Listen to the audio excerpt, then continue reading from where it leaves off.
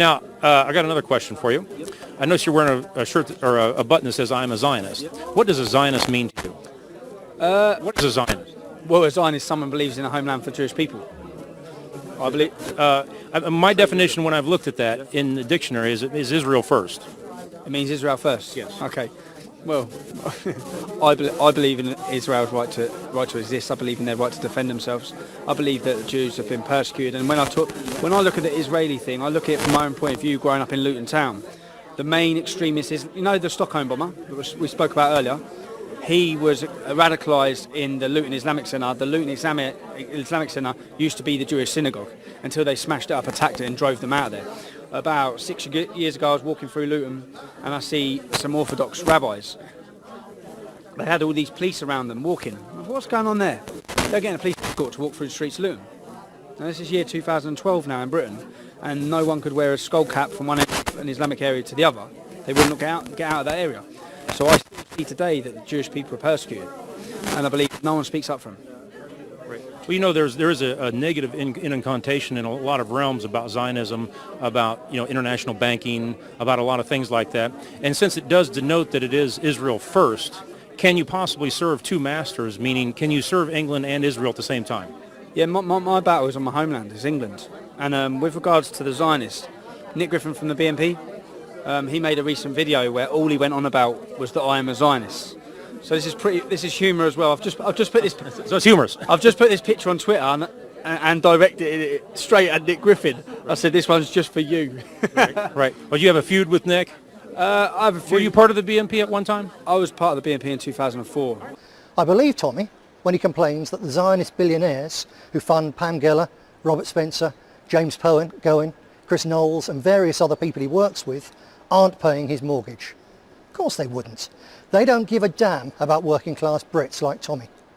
To them, Stephen Lennon is just another stupid guy to be manipulated, used, then tossed aside when he's done what they want, which is to wind up Britain's Muslim colonists into behaving even more badly than they otherwise would. Because the Zionists and neocons want young Brits to hate them so much that they queue up to go fight in their wars for oil and Greater Israel.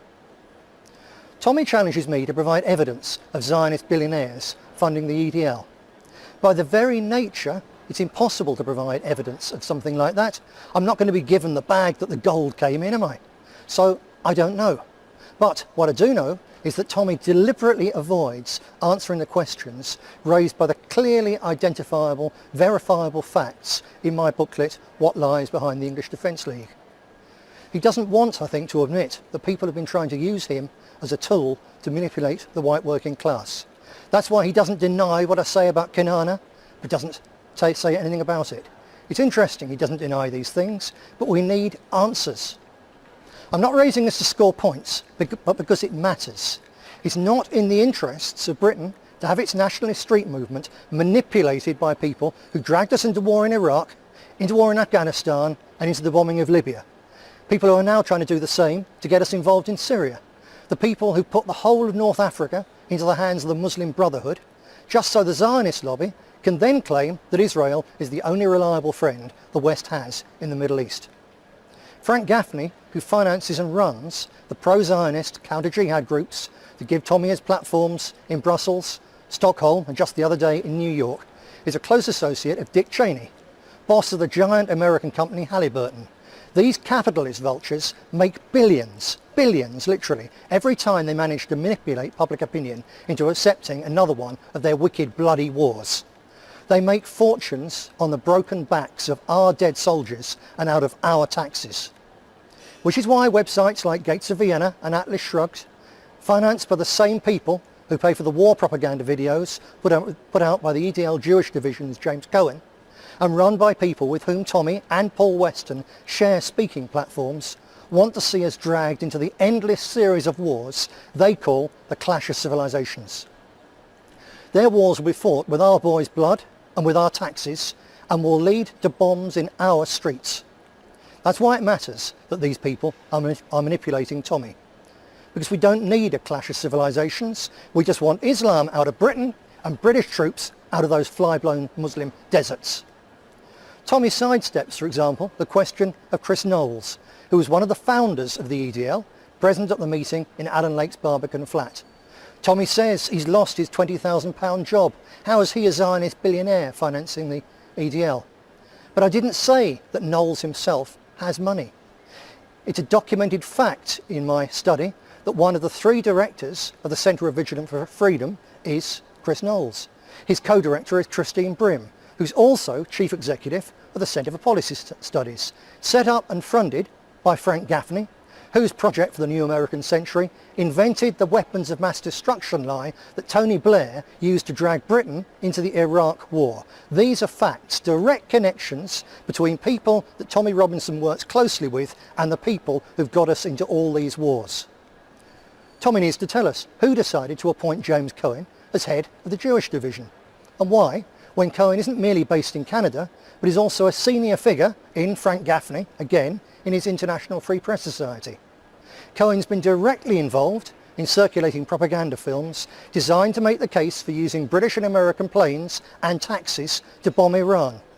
Something of the way that Muslim gangs noncing our girls on our streets would just love, because the Iranians and Shia Muslims, and therefore they're hated in the vast majority of the Sunni mosques that increasingly dominate our towns and skylines.